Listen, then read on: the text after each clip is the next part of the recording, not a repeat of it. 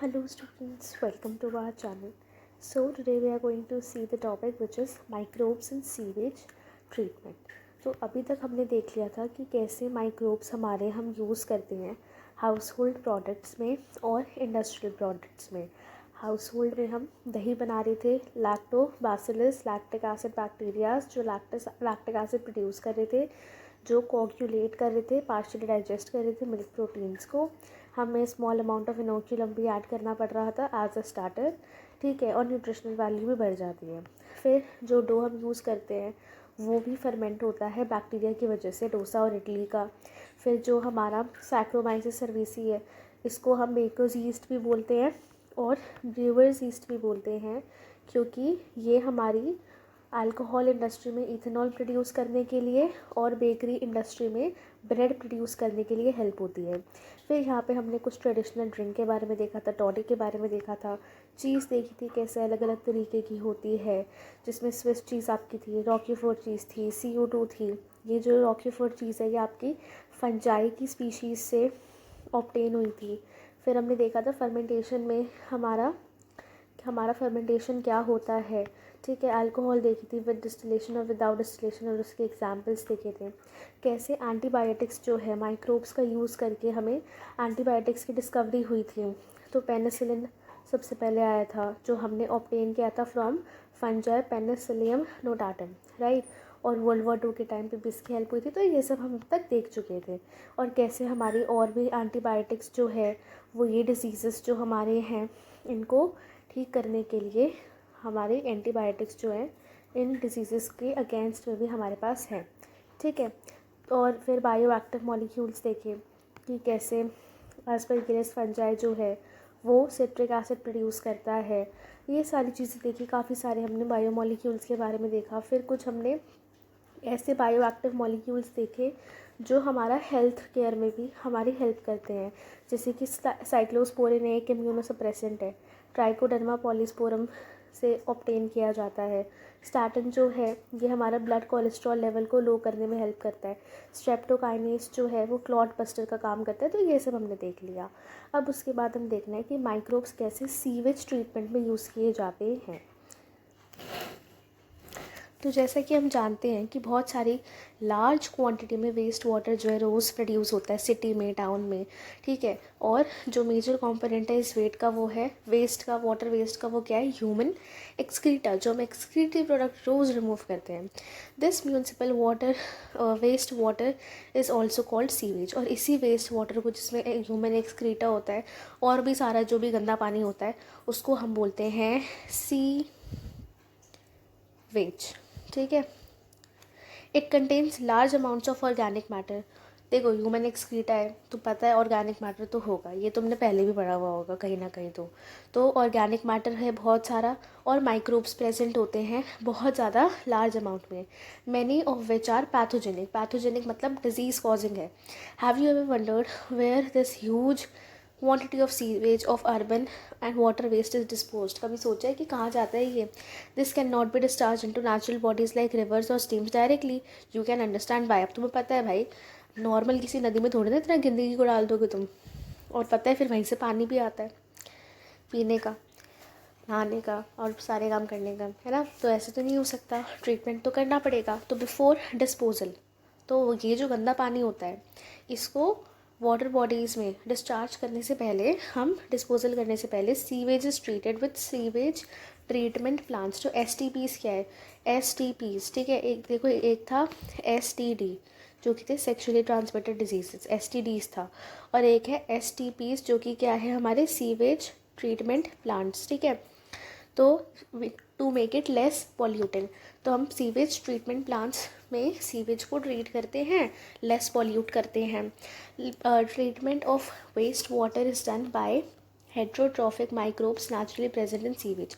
Sewage के अंदर जो हेट्रोट्रॉफिक मतलब, ऑटोट्रॉफिक मतलब जो खुद का खाना खुद बनाते हैं, हेट्रोट्रॉफिक मतलब जो डिपेंडेंट है अपने खाने के लिए किसी और के ऊपर, ठीक है। तो वैसे वाले जो माइक्रोब्स होते हैं वो सीवेज में ऑटोमेटिकली प्रेजेंट होते हैं। This treatment is carried out in 2 stages. तो अब हम पूरा सीवेज का ट्रीटमेंट पढ़ने वाले, पूरा STP सीवेज ट्रीटमेंट प्लांट कैसे मतलब क्या क्या प्रोसेस होता है, ये पूरा हम पढ़ने वाली हैं, ठीक है। तो अब शुरू करते हैं। प्राइमरी ट्रीटमेंट, तो हम दो तरीके से हमारा जो सीवेज है उसको ट्रीट करते हैं। The first treatment is the primary treatment, और उसके बाद आता है सेकेंडरी ट्रीटमेंट, जिसे हम बायोलॉजिकल ट्रीटमेंट भी बोलते हैं। पेन चेंज कर लेते हैं, ये अच्छा नहीं लग रहा मुझे। Let's try purple. These treatment steps basically involve physical removal of particles large and small from the sewage through filtration and sedimentation। तो होता क्या है, यहाँ डायग्राम नहीं दे रहा, बट दे रखा होता तो बहुत अच्छा होता। जैसे ये एक टैंक है, लेट्स से ये एक टैंक है, अज्यूम करो, समझाने में हेल्प करे होगी आपकी। इसके अंदर सीवेज है। अब ये जो सीवेज है इसको आपने रखा हुआ है। अब इसके अंदर कुछ हमारे लार्ज पार्टिकल्स भी होंगे, जैसे पन्नी होती है, किसी की चप्पल गिर गई, ठीक है, किसी की बॉल चली गई खेलते खेलते बच्चों की, तो वो बॉल हो गई, ठीक है, और पन्नी हो गई, कुछ भी गार्बेज हो गया। तो ये सब क्या है, हल्का सामान है, ऊपर फ्लोट करेगा ये। फिर हमारे कुछ सेडिमेंट्स होते हैं, वो बैठ जाएगा। जो छोटा मोटा सामान होता है जैसे मिट्टी होती है, वो नीचे बैठ जाएगी। तो बेसिकली हमारा जो ये पूरा वेस्ट है ये 3 डिवीजन में डिवाइड हो जाएगा। तो ऊपर वाला हो जाएगा, बीच वाला हो जाएगा और नीचे वाला हो जाएगा। तो particles large and small in size from sewage through filtration and sedimentation. तो फिल्ट्रेशन में क्या होगा, हमने इस वाले को बोलते हैं फिल्ट्रेशन। हमने क्या किया कि यहाँ पे ये जो ऊपर वाला सामान है इसको तो हम ऐसे भी उठा सकते हैं, निकाल सकते हैं, तो फिल्ट्रेशन से इसको निकाल लिया। और ये जो नीचे सेडिमेंटेशन में बैठा हुआ है, इस गंदगी को हमने सेडिमेंटेशन से बिठा दिया और उसके बाद इसे सेडिमेंटेशन के थ्रू निकाल दिया। ये जो बीच में गंदा पानी रह जाता है इसको हम बोलते हैं एफ्लुएंट। ये जो एफ्लुएंट होता है इसे हम फिर फर्दर भेजते हैं, किस चीज़ के लिए, फर्दर प्योरीफिकेशन के लिए, ठीक है। तो आपको थोड़ा तो क्लैरिटी मिली होगी। ओके, ओहो,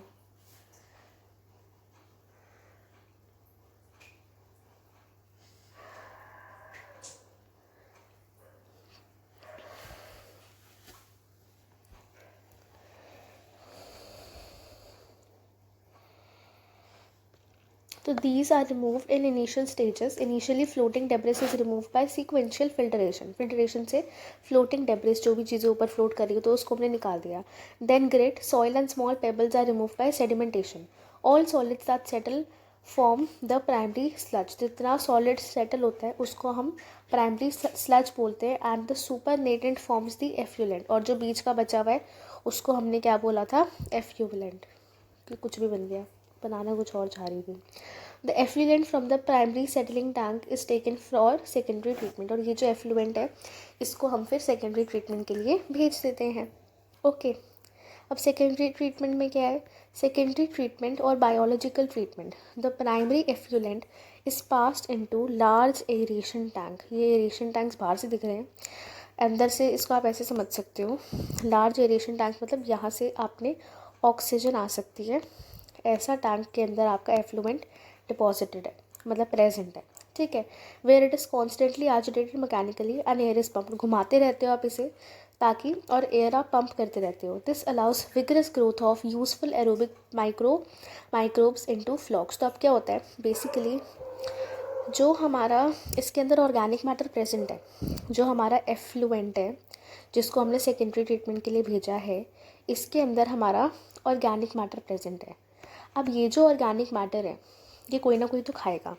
अब जो एरोबिक बैक्टीरियाज़ होते हैं ये इस और एरोबिक बैक्टीरियाज़ जो हैं इन्हें ऑक्सीजन चाहिए होती है, और ऑक्सीजन होती है तभी ये ऑर्गेनिक मैटर को कंज्यूम कर पाते हैं। हमने पढ़े हुए हैं 2 तरीके के बैक्टीरियाज होते हैं, एरोबिक और एनारोबिक, ठीक है। तो जो एरोबिक वाला है वो ऑर्गेनिक मैटर उसे वो फीड करता है जब उसको ऑक्सीजन मिलती है। तो हम ऑक्सीजन प्रोवाइड कर रहे हैं एजिटेशन के थ्रू, एयर पंप के थ्रू, ठीक है, air is pump. This allows vigorous growth of useful aerobic bacteria into flocs, masses of bacteria associated with fungal filaments to form mesh like structure. तो क्या होता है कि जो एरोबिक बैक्टीरियाज होते हैं इनको ऑर्गेनिक मैटर अच्छा खासा प्रेजेंट होता है एफ्लुएंट के अंदर, तो ये उसको कंज्यूम करने लगते हैं।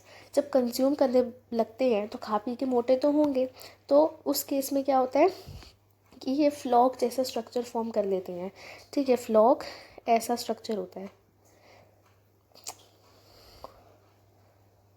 ठीक है, ऐसे ही बहुत सारे फ्लॉक्स जो है वो फॉर्म हो जाते हैं, जो कि फ्लॉक क्या है, masses of bacteria associated with fungal filaments, mesh like structure, ठीक है, फिलामेंट जैसा स्ट्रक्चर होता है, फंजाई फिलामेंट जैसा स्ट्रक्चर होता है, ठीक है। While growing these microbes consume the majority of the organic matter in the effluent. अब क्या होता है, ये ऑर्गेनिक मैटर को खा लेता है। अब बायोकेमिकल ऑक्सीजन डिमांड, ये टर्म समझा के फिर मैं आगे बढ़ती हूँ। बायोकेमिकल ऑक्सीजन डिमांड क्या होता है कि जैसे जो एरोबिक बैक्टीरिया है, एरोबिक बैक्टीरिया क्या खाएगा, एफ्लुएंट में क्या प्रेजेंट है, एफ्लुएंट में ऑर्गेनिक मैटर प्रेजेंट है। इस ऑर्गेनिक मैटर को ये एरोबिक बैक्टीरिया खाएगा, ठीक है। अब क्योंकि वो एरोबिक बैक्टीरिया है, उसे खाने के लिए ऑक्सीजन चाहिए, ओके। अब उसे ऑक्सीजन चाहिए, तो उसे कितनी ऑक्सीजन चाहिए उसको हम बोलते हैं बायो केमिकल ऑक्सीजन डिमांड, यानी कि BOD। तो BOD is biochemical oxygen demand, कि एरोबिक बैक्टीरिया को कितनी ऑक्सीजन चाहिए खाना खाने के लिए, ठीक है। अब देखो, अगर ऑर्गेनिक मैटर ज़्यादा है, ऑर्गेनिक मैटर ज़्यादा कब होता है, जब हमारा एफ्लुएंट नया नया है, उस पर एरोबिक बैक्टीरिया ने फेड अभी नहीं करना शुरू किया, तो ऑर्गेनिक मैटर इनिशियली ज़्यादा होता है। अब क्या हुआ, ऑक्सीजन आपने दी, तो आपकी biochemical oxygen demand, aerobic bacteria कहेगा भाई ऑक्सीजन दे दो ताकि मैं इसको खा सकूँ। तो अब ऑक्सीजन हमने दे दी, हमने ऑक्सीजन को पंप किया, एजिटेशन किया, ठीक है, एजिटेशन से तो खैर मिक्सिंग होती है, बट हमने अच्छे से एयर वेयर दी इनको और ऑक्सीजन दे दी। अब इसने क्या किया, एरोबिक बैक्टीरिया ने, इसने ऑर्गेनिक मैटर खा लिया। अब खा लिया तो खुद तो ये बड़ा बड़ा हो गया, लेकिन ऑर्गेनिक मैटर कम हो गया। अब जब ऑर्गेनिक मैटर कम हो गया तो इसको ऑक्सीजन भी नहीं चाहिए होगी, क्योंकि जब ऑर्गेनिक मैटर ही नहीं बचा तो ये खाएगा क्या, जब वो ही कम क्वांटिटी में बचा है तो इसकी बायोकेमिकल ऑक्सीजन डिमांड भी कम होगी, राइट। तो यहाँ पे अब यही है कि वाइल ग्रोइंग, ये जो माइक्रोब्स थे इन्होंने मेजर पार्ट ऑर्गेनिक मैटर का जो एफ्लुएंट में था उसको ये लोग खा गए, ठीक है। This significantly reduces the biochemical oxygen demand of the effluent. तो अब इनकी जो BOD थी वो कम हो गई क्योंकि ये ऑर्गेनिक मैटर खा गए। BOD रेफर्स टू, BOD किस चीज़ के लिए रेफर करता है, significantly reducing the biochemical oxygen demand. BOD refers to the amount of oxygen that would be consumed if all the organic matter in 1 liter of water were oxidized by bacteria. तो BOD क्या होता है, कितनी amount of oxygen चाहिए एक bacteria को ताकि वो ऑर्गेनिक मैटर जो 1 लीटर वाटर में प्रेजेंट है उसको ऑक्सीडाइज कर ले, यानी कि कंज्यूम कर ले। तो BOD refers to the amount of oxygen, कितना अमाउंट ऑफ ऑक्सीजन है जो वो कंज्यूम कर पाएगा, जिससे वो कंज्यूम कर पाएगा ऑर्गेनिक मैटर को जो 1 लीटर वाटर में प्रेजेंट है। कौन कर पाएगा, बैक्टीरिया कर पाएगा। इसी को हम बोलते हैं biochemical oxygen demand. I hope आपको समझ में आया होगा, ठीक है। मैं दोबारा से बता देती हूँ कि होता क्या है, एरोबिक बैक्टीरिया है उसको ऑक्सीजन चाहिए होती है ऑर्गेनिक मैटर को कंज्यूम करने के लिए। तो जब ऑर्गेनिक मैटर ज़्यादा होगा तो वो कहेगा कि भाई मुझे ऑक्सीजन दे दो, तो बायोकेमिकल ऑक्सीजन डिमांड ज़्यादा होगी। जब बायोकेमिकल ऑक्सीजन डिमांड ज़्यादा होगी तो फ्लॉक्स बन जाएंगे, क्योंकि ये अच्छे से खा लेगा पी लेगा। अब क्या हुआ, फ्लॉक्स बन गए, ये खुद मोटा हो गया, तो ऑर्गेनिक मैटर जो है वो कम हो गया। ऑर्गेनिक मैटर कम हुआ तो BOD भी कम हो गया, ठीक है। बस इतना सही है। अब क्या होता है, the sewage water is treated till BOD is reduce, तो BOD कम हो गया।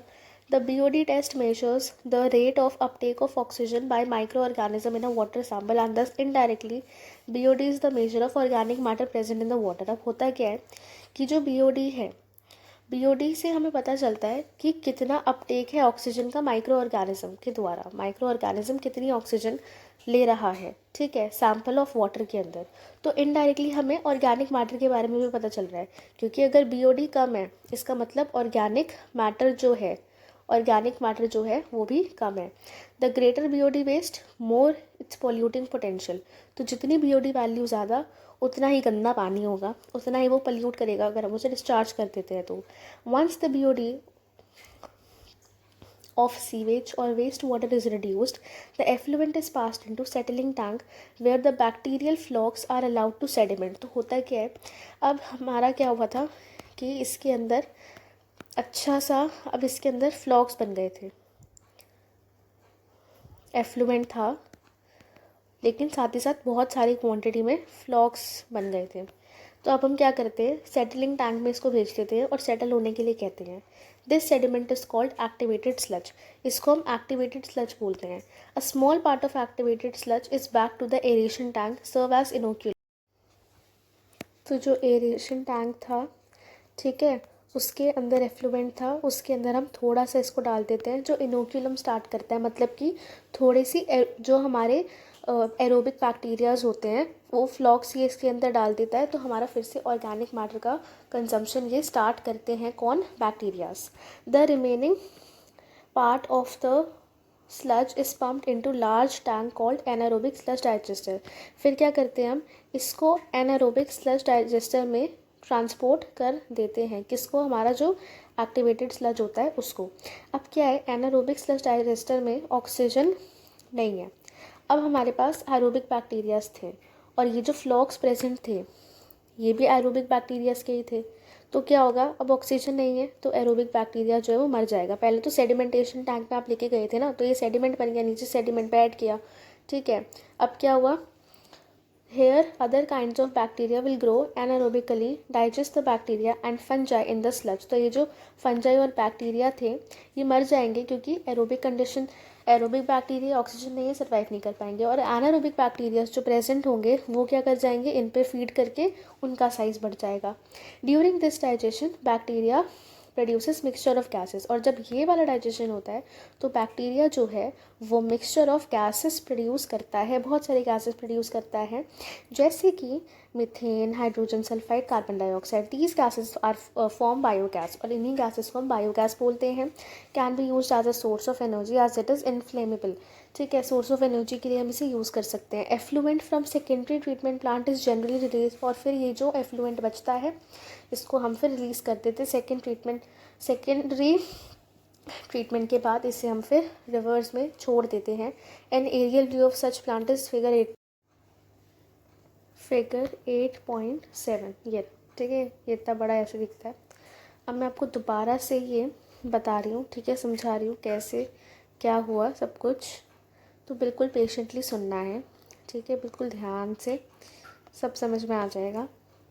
तो देखो होता है क्या है कि जो हमारा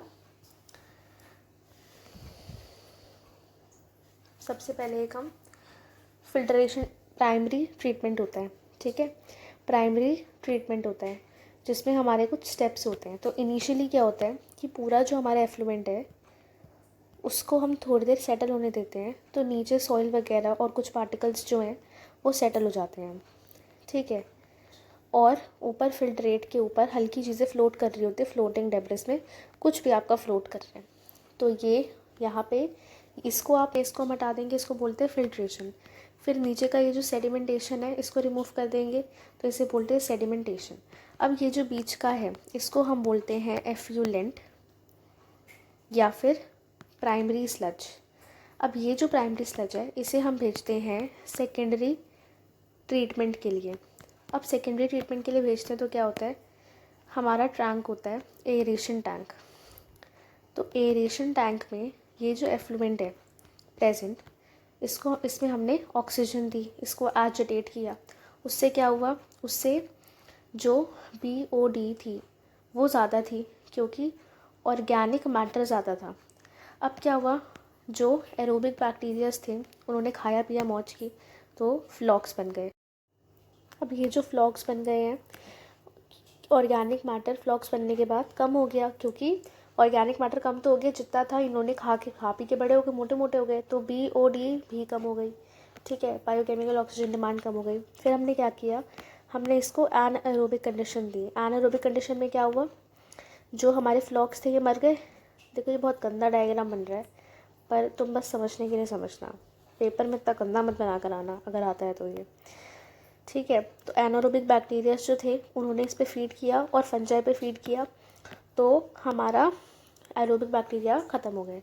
अब हमारे एनारोबिक बैक्टीरिया जो है उनका साइज़ बढ़ गया, तो हम फर्दर जब इसे एरोबिक कंडीशन देंगे तो एनारोबिक बैक्टीरिया भी ख़त्म हो जाएंगे, ठीक है। और फिर हम इसको रिलीज़ कर देते हैं एफ्लुएंट को, कहाँ पे, रिवर्स में, ठीक है। तो ये था पूरा वाटर ट्रीटमेंट, सीवेज ट्रीटमेंट, ठीक है। अब क्या है, और क्या होता है कि जब ये डाइजेशन हो रहा होता है ना, कि एनारोबिक बैक्टीरियाज जो हैं वो डाइजेस्ट कर रहे होते हैं बैक्टीरिया को, तो मिक्सचर ऑफ गैसेस प्रोड्यूस होती है जिसे हम बायोगैस बोलते हैं, जैसे मीथेन, हाइड्रोजन सल्फाइड और CO2। You can appreciate how microbes play a very important role in treating gallons of waste water everyday produce। तो इतना गंदा पानी प्रोड्यूस होता है, इसको ट्रीट करने के लिए माइक्रोब्स बहुत अच्छा काम करते हैं, हम अप्रिशिएट करते हैं। This pathology has now practised for more than a century now, बहुत मतलब सेंचुरी से भी ज़्यादा हम इसको कर रहे हैं, almost in all parts of the world. No man technology has been able to revival the microbial treatment sewage. तो ये जो हमारा माइक्रोब्स के थ्रू हम सीवेज को क्लीन कर रहे हैं, बेसिकली अभी तक कोई भी हमने मैन मेड ऐसी कोई टेक्नोलॉजी नहीं हुई जिसको ओवरटेक कर पाए। यू आर अवेयर कि अर्बनाइजेशन हो रहा है, बहुत ज़्यादा सीवेज प्रोड्यूस हो रहा है, बहुत क्वांटिटी में, पहले से ज़्यादा। नंबर ऑफ़ सीवेज प्लांट्स जो है वो इंक्रीज़ हो गए हैं, पर फिर भी इतनी ज़्यादा क्वांटिटीज़ है कि कुछ अनट्रीटेड सीवेज जो है उसको ऐसे ही रिवर में डिस्चार्ज कर दिया जाता है, जिसकी वजह से पॉल्यूशन होता है और वाटर बॉर्न डिजीज़ बढ़ते हैं। जो मिनिस्ट्री ऑफ एनवायरनमेंट और फॉरेस्ट है, उन्होंने एक्शन एक इनिशिएट किया है, Ganga action and Yamuna action plan उन्होंने इनिशिएट किया है, सेव करने के लिए रिवर्स को, हमारी कंट्री की पोल्यूशन से बचाने के लिए। इन प्लान्स के अंदर ये प्रपोज किया गया है कि बड़े बड़े सीवेज प्लांट्स जो है वो बनाए जाएं, और ओनली ट्रीटेड सीवेज, सिर्फ उस सीवेज को ही डिस्चार्ज किया जाए रिवर में जिसको ट्रीट किया जाए, ये नहीं कि आप अनट्रीटेड को ही डिस्चार्ज कर रहे हो, ठीक है। A visit to sewage treatment plant in a place nearby you is a very interesting and educating experience. अगर आप घूमना चाहें तो आप एक सीवेज ट्रीटमेंट प्लांट की जगह पर ज़रूर जाएं, ताकि आपको एक एजुकेटिंग एक्सपीरियंस देखने को मिले। फिर है micro production as microbes production of biogas. तो बायोगैस प्रोडक्शन में माइक्रोब्स का क्या काम होता है। बायोगैस जो है मिक्सचर ऑफ गैसेस होती है, प्रीडोमिनेटली मीथेन, मेन इसमें मीथेन ही होता है, जो माइक्रोबियल एक्टिविटी से प्रोड्यूस होती है, जिसको हम फ्यूल की तरह यूज़ करते हैं। हमने पढ़ लिया है कि आपने पढ़ा होगा कि माइक्रोब्स जो है वो अलग अलग तरीके की गैसेस प्रोड्यूस करते हैं as the end product of growth and metabolism. The type of gas, किस तरीके की गैस वो प्रोड्यूस करते हैं, वो डिपेंड करता है कि वो कौन सा माइक्रोब है और वो कौन सा सबस्ट्रेट यूटिलाइज कर रहा है, क्योंकि सबस्ट्रेट को यूटिलाइज करके ही वो प्रोडक्ट बनाएगा। In the example cited in relation to fermentation, जब हम फर्मेंटेशन कर रहे होते हैं डो का, चीज़ बना रहे होते हैं, तो प्रोडक्शन ऑफ बेवरेजेस कर रहे होते हैं, तो मेन जो हमारी गैस प्रोड्यूस्ड होती है वो होती है CO2। जबकि कुछ बैक्टीरियाज जो हमारे हैं वो एनारोबिकली ग्रो करते हैं सेल्यूलोस मटेरियल पे, वो large amount of methane produce करते हैं, और वो साथ साथ हाइड्रोजन और CO2 भी प्रोड्यूस करते हैं। इन बैक्टीरियाज को हम टुगेदर बोलते हैं मिथानोजेंस। तो मिथानोजेंस जो है हमारे वो बैक्टीरियाज होते हैं जो मीथेन प्रोड्यूस करते हैं, मीथेन गैस प्रोड्यूस करते हैं, और एक बैक्टीरिया जो ये कार्यक्रम करता है उसका नाम है मिथानोबैक्टीरियम। ये जो बैक्टीरिया है ये हमें एनारोबिक स्लश डाइजेस्टर में मिलता है सीवेज ट्रीटमेंट के टाइम पे। ऊपर मैंने आपको ये बात बताई थी कि बायोगैस प्रोडक्शन किस तरीके से होता है, किस तरीके से होता है, मतलब कैसे जब ये हमारा डाइजेस्ट कर रहा होता है एनारोबिक बैक्टीरिया एरोबिक बैक्टीरिया को, उस टाइम पे बायोगैस प्रोडक्शन होता है और गैसेस रिलीज़ होती है, जिसमें से मेन मीथेन गैस होती है। ये जो बैक्टीरिया है ये प्रेजेंट है इन the rumen, a part of stomach of cattle. तो कैटल के स्टमक का एक पार्ट होता है र्यूमेन, वहाँ पे भी हमारे मिथानोबैक्टीरिया या मिथानोजन जिन्हें हम कह सकते हैं वो प्रेजेंट होते हैं, क्योंकि बहुत सारा सेल्यूलोजिक मटेरियल प्रेजेंट होता है फूड कैटल के पास, is also present in the rumen. तो इसलिए र्यूमेन के अंदर भी मिथानोजेंस प्रेजेंट होते हैं, क्योंकि सेल्यूलोज ये लोग खाते हैं तो उसके अंदर ये बैक्टीरिया प्रेजेंट होते हैं। तो र्यूमेन जो है, these bacteria help in breakdown of cellulose and play important role in the nutrition of cattle. Cattle की न्यूट्रिशन में ये अच्छा रोल प्ले करते हैं। कौन प्ले करते हैं? बैक्टीरिया प्ले करते हैं। दस द एक्सक्रीटा डंक ऑफ काउ कॉमनली कॉल्ड गोबर is rich in these bacteria. तो बेसिकली क्या होता है कि जो एक्सक्रीटा होता है, ठीक है, कैटल का, उसके अंदर जिसे हम गोबर बोलते हैं, वो रिच होता है बैक्टीरिया के अंदर। कौन से बैक्टीरिया के अंदर? इन बैक्टीरियाज में रिच होता है। डंक can be used for generation of biogas commonly called गोबर गैस। तो ये क्या होता है, बायोगैस प्रोडक्शन जो है उसके में यूज़ होता है, जिसे हम गोबर गैस भी बोलते हैं। The biogas plant consist of concrete tank, 10 से 15 फीट डीप टैंक होता है, ये दिखाया हुआ है टैंक, ठीक है। Bio waste are collected and a slurry of dung is fed on. अब यहाँ पे ह्यूमन वेस्ट नहीं जाता, काऊ वेस्ट ही जाता है, याद रखना। तो आपने डंक, वाटर, साथ साथ आप कुछ भी हाउस होल्ड वेजिटेबल्स है वो भी डाल सकते हो।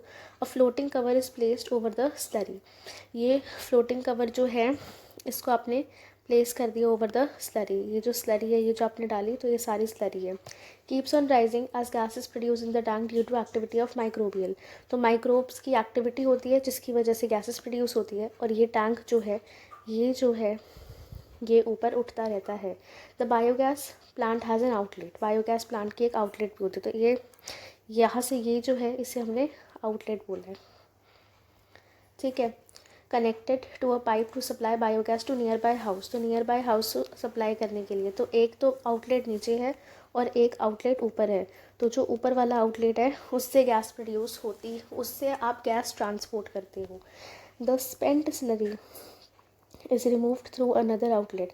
और जो बाकी स्लरी जो बच रही होती है, या जो उसको हम यहाँ पे भेज देते हैं, इधर वाले एरिया में भेज देते हैं, may be used as fertiliser. इसको आप फर्टिलाइज़र की तरह यूज़ कर सकते हो, ठीक है। कैटल डंक जो है वो अवेलेबल होता है बहुत ज़्यादा क्वांटिटीज़ में रूरल एरियाज़ में, जहाँ पे कैटल जो है, where cattles are use for variety of purpose. Rural areas में बहुत चीज़ों के लिए कैटल्स यूज़ की जाती हैं। So biogas plants are more often built in rural areas. तो बायोगैस जो है वो ज़्यादातर बायोगैस प्लांट्स रूरल एरियाज में होते हैं। तो बायोगैस दस produced is use for cooking and lighting. ये जो गैस यूज़ हो रही है ये आप किसके लिए यूज़ करते हो, कुकिंग के लिए या थोड़ी बहुत लाइट बल्ब वगैरह जलाने के लिए। The picture of biogas is shown in figure 8.8, ठीक है। Technology of production of biogas was developed in India mainly due to efforts of Indian. तो हमारा IARI Indian agricultural research institute है, इनकी वजह से ही हमें बायोगैस प्रोडक्शन के बारे में इतना कुछ पता चल पाया है।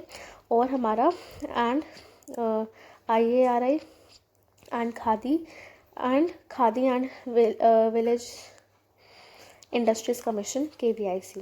If your school is situated in a village और नियर अ विलेज, अगर आपका स्कूल जो है वो विलेज में है या विलेज के पास है, it would be very interesting to enquire if there any biogas plant nearby. अगर है कोई बायोगैस प्लांट तो आप ज़रूर विजिट कीजिए, देखिएगा, और आपको समझ में आएगा कि कैसे मैनेज किया जाता है, उनसे आप सीख सकते हैं कुछ चीज़ों को। With this we have completed the part 2 explanation of the chapter, that is microbes in human welfare, ठीक है। आगे एक पार्ट और लगेगा आई थिंक सो।